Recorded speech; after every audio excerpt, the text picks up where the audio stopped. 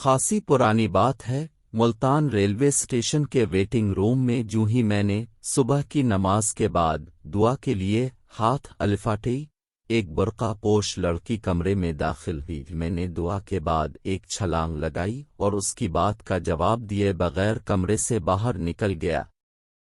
मैं गर्दिश अयाम की वजह से इंतहाई परेशान था। ज़मीन के झगड़े की वजह से मुखालिफिन मुझे कत्ल करने पर तले हुए थे। मैंने दिल में ख्याल किया कि शायद उन्होंने मुझे किसी चक्कर में फंसाने के लिए औरत को मेरे पीछे लगा दिया है, क्योंकि रात के 12 बजे साहिवाल से चलने वाली जिस गाड़ी में मैं सवार हुआ था, मेरे मुखालिफिन भी इसी गाड़ी में सवार होने के लिए स्टेशन पहुंच गए। प्लेटफॉर्म पर मैं जिस बेंच पर बैठा था वो उसके करीबी बेंच पर बैठ गए। गाड़ी आई लेकिन मैं बैठा रहा। मेरा ख्याल था कि वो जब किसी डब्बे में बैठ जाएंगे तब मैं किसी और डब्बे में सवार हो जाऊंगा, लेकिन उनके तेवर अच्छे न थे। वो तो मेरे ही डब्बे में सवार होना चाहते थे। जब गाड़ी ने विसल दी तो मैंने भागकर लाइन पार की और गाड़ी की दूसरी जानिब दौड़ता हुआ इंजन के करीब वाले डब्बे में बैठ गया। वो भी आसानी से मेरा पीछा छोड़ने वाले न थे। तलाश करते करते जब वो इस डब्बे के करीब पहुंचे तो मैं बैत अल खला में चला गया। वो मुझे यहाँ ना पाकर किसी और डब्बे में सवार हो गए। गाड़ी चल दी। सुबह 4 बजे जब मुल्तान पहुंचा तो मेरे मुखालिफिन ने प्लेटफॉर्म से बाहर जाने वाले दोनों दरवाज़ों पर कब्जा कर लिया, लेकिन मैं उनकी नज़रों से बचकर वेटिंग रूम में पहुंच गया और नमाज से फारिग हुआ ही था कि इस लड़की ने परेशान कर दिया। मेरी ज़मीन की अलॉटमेंट हाकिम ज़िला ने मनसूख कर दी थी और महज कुंबा परवरी के लिए मुझे मुसीबत में मुब्तला कर दिया था। इसके खिलाफ मुझे मुल्तान में अपील दायर करना पड़ी। मेरे मुखालिफिन मुझे हर कीमत पर अपने रास्ते से हटाना चाहते थे। मैं अकेला था, सिवाय अल्लाह के और कोई मेरा पुरसान हाल न था। सिर्फ वालिदैन की दुआएं शामिल हाल थीं। इधर मुल्तान में कमिश्नर साहिब की अदालत में हज़ारों की तादाद में अपीलें ज़ेर समाअत थीं। सालहा साल तक समाअत की बारी नहीं आती थी। मैं तारीख लेने के लिए मुल्तान गया था। वो लड़की भी इसी तरह ज़मीन की अलॉटमेंट के चक्कर में अपने मुखालिफिन के हाथों बारी तरह परेशान थी और मुझसे कमिश्नर के दफ्तर का पत्ता पूछने और रहनुमाई हासिल करने के लिए अंदर चली आई थी। जब मैं भागकर बाहर निकला तो वो भी घबरा कर बाहर आ गई। मैंने इससे सख्ती से पूछा, इस तरह मर्दाना वेटिंग रूम में आने से तुम्हारा क्या मतलब है? इसने निहायत धीमी आवाज के साथ इंतहाई इंकिसारी से कहा, जी मैं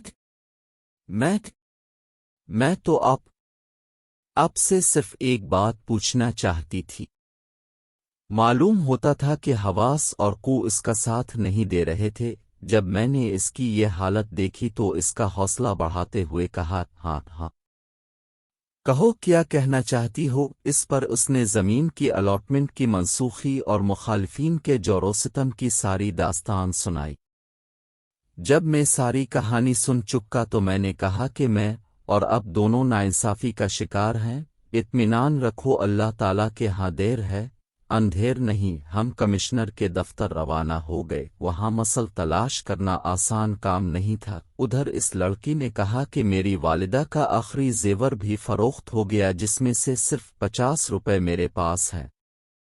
इसके बाद हमारे पास खाने के लिए कुछ नहीं होगा। मेरी माली हालत भी कुछ ऐसी ही थी, लेकिन दिल गवाही देता था कि मुसीबत के दिन टल जाने का वक्त करीब है। हमारी मिसलें मिल गई थीं। अब केस की समाअत के लिए वकील की ज़रूरत थी, लेकिन हमारे पास वकील करने के लिए पैसे नहीं थे। इत्तेफाक से पहले मेरे केस की समाअत हुई। अफसर मजाज इंतहाई इंसाफ पसंद थे। उन्होंने मेरी एक बात को गौर से सुना और फैसला मेरे हक में दे दिया। मुझे इंसाफ हासिल करके खुशी तो हुई, लेकिन साथ ही दूसरी केस की समाअत के ख्याल से दिल बैठ रहा था। चुनांचे दूसरे केस की समाअत शुरू हुई तो मैंने यूं ही केस की वजाहत करना चाही।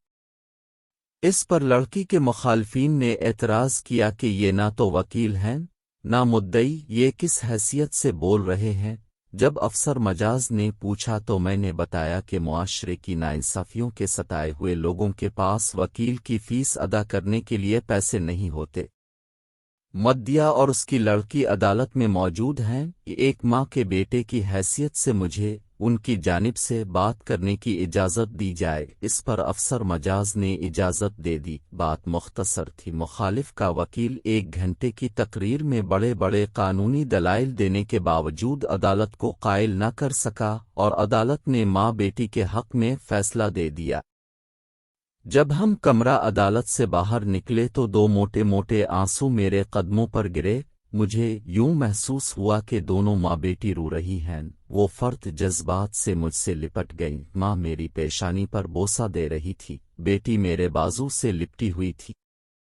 وہ تشکر آمیز نظروں سے میری جانب دیکھ رہی تھیں کہ ان کے مخالف فریق سے عداوت رکھنے والے گروپ کا ایک نوجوان ہمارے پاس آیا اور اس نے زمین کے ٹھیکے کے طور پر 2500 روپے کی پیشکش کی، ساتھ ہی کہا کہ قبضہ وغیرہ ہم جانیں، ہمارا کام آپ رقم لیں اور رسید لکھ دیں۔ ہم نے اسی وقت ٹھیکے کی رقم لے لی اور رسید لکھ دی۔ میں جلد گھر جا کر اپنے والدین کو خوشخبری سنانا چاہتا تھا، اس لیے ان سے اجازت لی اور گھر واپس آ گیا۔